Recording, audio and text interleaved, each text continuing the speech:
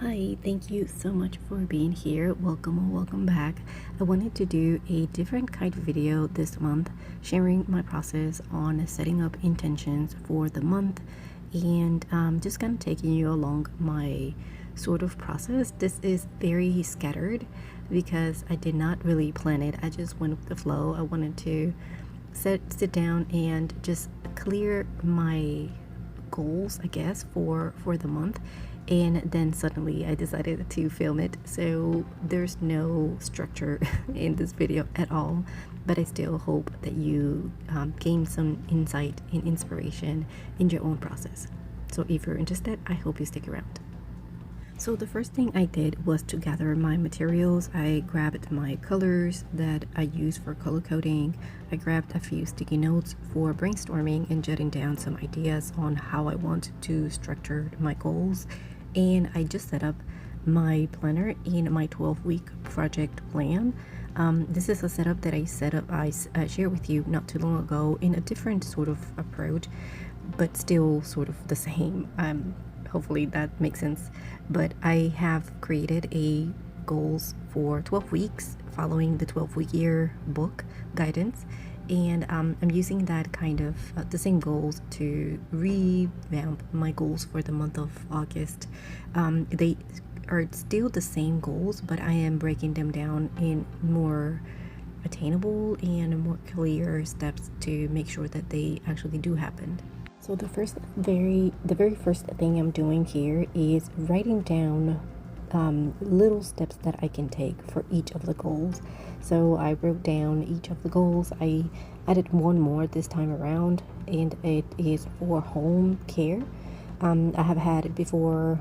The four main goals that I have set up for this 12-week period are self-care, meaning working out more, drinking more water, sleeping better, and taking care of myself. Studying, just making sure that I work on my study habits. This is something that it's new again for me. I went back to school after a while, and I just have to kind of get back into that mindset of studying and making sure that I am preparing for tests and things like that. Then finances, I want to make sure that I am having a clear budget. I have been trying to do this for a while now, but I still need like a better structure. So this time around, I am just clarifying those steps. Homeschooling, making sure that I have archiving, that I'm archiving all the progress for my kid in order and more clear for me to submit the evaluations at the end of the year. And then I added for the home care just one area to clean every week. That way I don't necessarily feel overwhelmed that I have to do it all at once. I still kind of like to do that every now and then. Just for some reason I just get that boost of energy and I want to clean the entire thing in one day. But I think that if I at least clean one area or maintain one area each week, that should alleviate that process. So after I went through all of those little steps, I went in and color coded them in a different sticky note that you see on the left there. This is a sticky note from Cloth and Paper. I got these in a subscription a while ago, so I don't know if they still offer them, but I like the aesthetic of it. It's mainly for jotting down and brainstorming, mind mapping, to-dos and ideas. So I'm using it to separate my goals and adding more clear steps. So from all that list that I created first, I just chose a few things that I can take action, and I wrote them on the sticky note. And then from the sticky note, I'm going to go ahead and plan them on the actual monthly layouts and my weeklies, and I'm going to try to add these reminders everywhere throughout my planner. That way I can just actually make them happen. I'm also reviewing my current 12-week project overview and just updating it to make sure that it is up to date, following up with the actual weeks. So I am currently this is week 6. Today is Saturday, so I guess that unless I do a workout, and study this weekend, then I guess this week the only thing I did was actual work on my budget, which is still a win for me. And then the week 7, it's the one that I want to kind of hone in, because that means I'm almost yeah, I'm past the halfway of my 12-week project. So I am going through my actual planner and just adding the steps to the actual day that I wanted to complete it. Previously, I would add these after I got them done, but this time around I want to kind of approach it a little bit different. I want to pre-plan them and have them already on the actual schedule, and hopefully that can help me to first of all remind me to get it done and motivate me to just actually check it off instead of erasing it and writing it somewhere else. Besides just adding all the tasks and to-dos to the actual monthlies, I wanted to add this review or a review, I guess, for my goals this time around to, I guess, do something else to make it pretty and approachable and interesting to look at and inviting. So I went in and added these two spreads on the actual setup for my monthly. I actually shared this with you when I did a flip through, but basically what I did was after my monthly overview, I left two blank pages to just brainstorm goals and just kind of mind map and clarify how I want to work on these projects or these goals, I guess, for the month. It took me a little bit to decide how to actually make it happen, but I just went with the flow and just started by adding a blob of color in the middle of the left page and chose a word to motivate me, I guess, to get things done. And I just chose action. So I can have all the plans in the world, but without action and actually doing the thing, they won't happen. So I just chose action as my word, and then I just started adding my goals in the order that I want to focus on them. It doesn't mean that I'm going to work on one of them at a time in order. It just means that I'm just kind of adding the reminder there that which one is more important to make sure that the other ones fall through or follow through.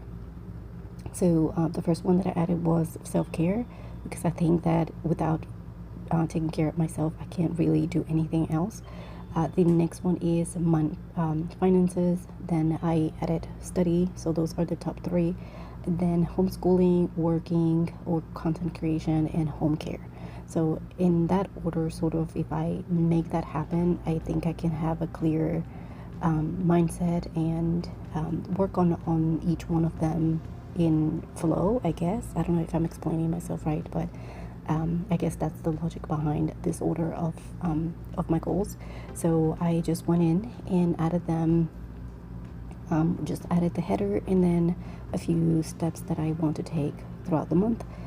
For self-care, for example, I wrote 15 minutes workouts, at least that's the very minimum, 3 times a week, and 15 minute walks, taking my protein and my supplements, and sleeping 7 to 8 hours.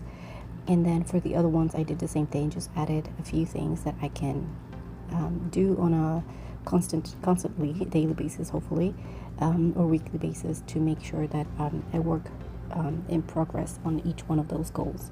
Now I'm adding color to each one of them, just to kind of add that reminder of what color means what, because I will be adding these colors through my planner. I actually did in the preset anyways, when the portion that I was pre-planning the steps that I wanted to take ahead of time.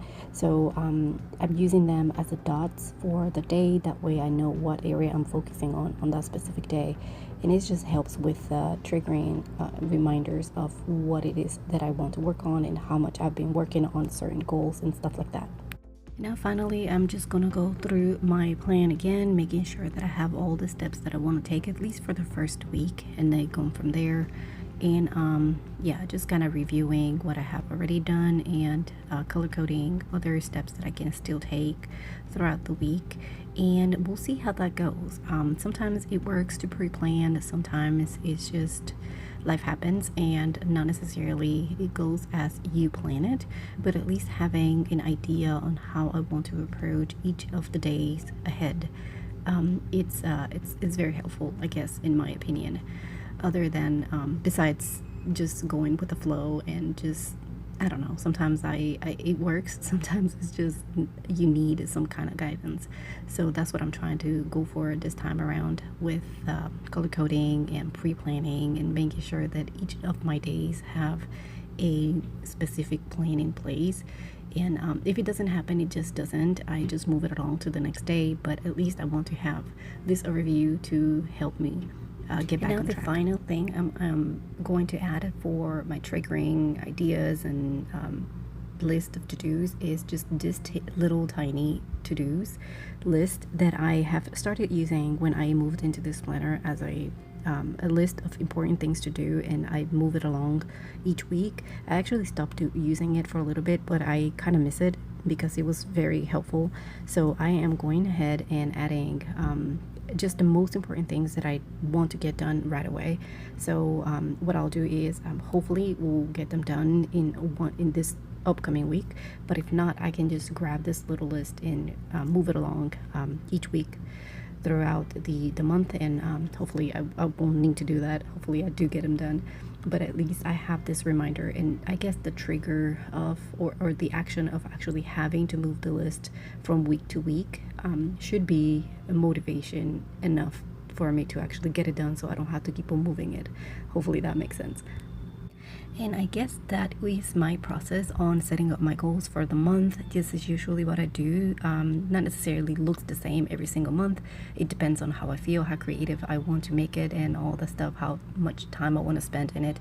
But yeah, basically the same process. So I hope that you have found it helpful, inspiring in your own goal setting. And yeah, thanks for watching, and I will see you in the next one. Bye.